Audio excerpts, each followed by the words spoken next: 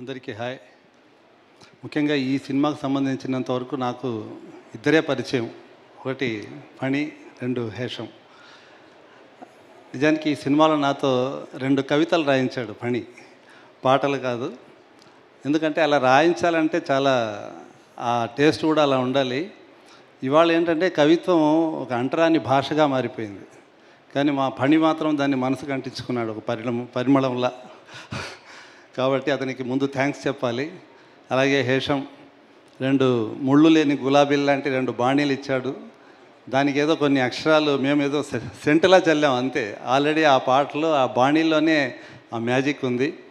అందుకు అతనికి థ్యాంక్స్ చెప్తున్నాను. అలాగే పుష్ప లాంటి ఒక మాస్ అటువంటి ఒక సినిమా తీసిన వాళ్ళు ఇటువంటి సినిమా చేయడం అనేది నిజంగా hats off sir. Great taste ఉంటే కానీ ఇటువంటి సినిమా చేయలేము మనం. యాజ్ ఏ రైటర్గా నేను ఫణి గురించి కొన్ని మాటలు చెప్పాలనుకుంటున్నాను. ముఖ్యంగా ఈ సినిమా కోసం నన్ను పిలిచినప్పుడు అతను చెప్పిన కథ విన్నప్పుడు నాకు చాలా అమేజింగ్గా అనిపించింది. 2-3 డైలాగులు నేను ఒకసారి పంచుకోవాలనుకుంటున్నాను. రేపు సినిమా చూస్తే మీరు ఎలాగో వింటారు, కానీ ఆ ఫ్లోలో కొన్ని క్యాచ్ అవుతాయో లేదో తెలియదు, కానీ నాకు ఈ వేదిక మీద పంచుకోవాలని మాత్రం అనిపిస్తుంది. ఒక 2 నిమిషాలు తీసుకుంటాను.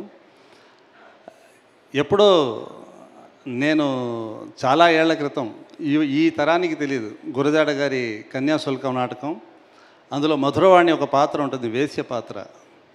అటువంటి క్యారెక్టర్ ఈ సినిమాలో యాక్చువల్గా ఇందులో హీరో రైటర్ అతను రాసిన పుస్తకంలో అటువంటి ఒక వేశ్య పాత్ర ఉంటుంది. ఆ వేశ్య పాత్ర తన దగ్గరికి తరచుగా వచ్చే ఒక వ్యక్తిని ప్రేమిస్తుంది. నిజంగా అటువంటి ఒక సన్నివేశం పెట్టడం అనేది నిజంగా చాలా గొప్ప థాట్గా చెప్పచ్చు. ఎందుకంటే ఎంత వేసినా కూడా తను ముందుగా స్త్రీ, తనకి ఆ వ్యక్తి మీద ప్రేమ కలిగినప్పుడు ఆ విషయం అతనికి చెప్తే అతను అంటాడు. ఈ డైలాగ్ కూడా నిజంగా హ్యాట్స్ ఆఫ్ చెప్పాలి ఫణికి. అతను ఒకటే మాట అంటాడు, నీలాంటి వాళ్ళని పడక గదిలో ఊహించుకోగలం కానీ పూజ గదిలో కాదంటాడు. దానికి ఆ అమ్మాయి ఇచ్చే సమాధానం ఇంకా గొప్పగా ఉంటుంది. మా శరీరాలు బురదగుంట కావచ్చు కానీ మా హృదయం తులసి కోట. నిజంగా హ్యాట్స్ ఆఫ్ ఫణి. అటువంటి విన్నప్పుడు నిజంగా ఇతనిలో ఇంత డెప్త్ ఉందా, ఎంత ప్యాషన్ ఉంది ఇతనికి ఈ కథ మీద, అతను రాసుకున్న స్క్రిప్ట్ మీద అనిపిస్తుంది. అలాగే కొడుకు లేని గురువు, తనకి మార్షల్ ఆర్ట్స్ నేర్పించిన గురువు చచ్చిపోతే అతనికి తలకొరివి పెట్టడానికి వచ్చినప్పుడు ఆ కర్మకాండలు నిర్వహించే వ్యక్తి చెప్తాడు, అమ్మ ఆడపిల్లలు తలకొరివి పెట్టకూడదని.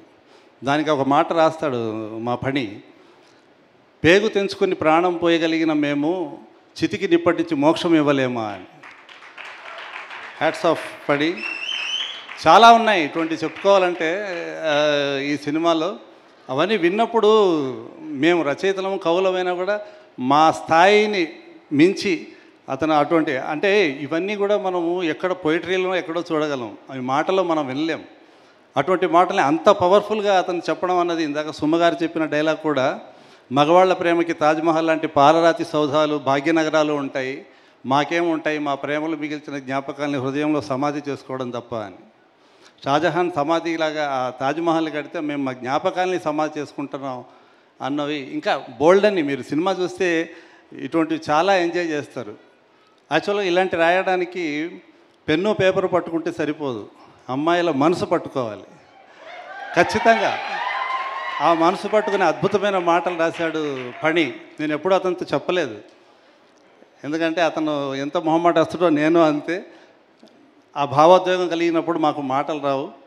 అతనిలో ఏంటంటే, అతను యాజ్ ఎ రైటర్గా నేను కూడా అతనిలో చూసింది ఏంటంటే, అతనిలో శ్రీశ్రీలో ఉన్న కోపం, తిలకులో ఉన్న కోమలత్వం ఉన్నాయి అతని రచనల్లో. అది నేను గమనించాను. నిజంగా హ్యాట్స్ ఆఫ్ మణి. నేను ఈ సినిమాలో ఒక పాట, చాలా పాటలు రాశాను, దాదాపు 1000 పాటలు రాశాను, ఎంతోమంది డైరెక్టర్తో పనిచేశాను. కానీ ద అమేజింగ్ డైరెక్టర్, రైటర్, నా మనసుకి చాలా దగ్గరైన వాడు. ఇంకా ఇది ఎక్కువ చెప్తే పొగిడినట్టు ఉంటుంది, కానీ నేను ఇంతసేపు ఎప్పుడు మాట్లాడలేదు వేదిక మీద.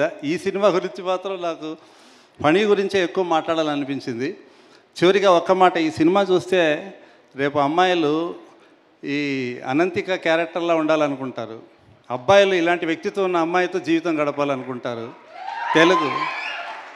తెలుగు సినిమా మాత్రం ఇలాంటి డైరెక్టర్ని కావాలని కోరుకుంటుంది.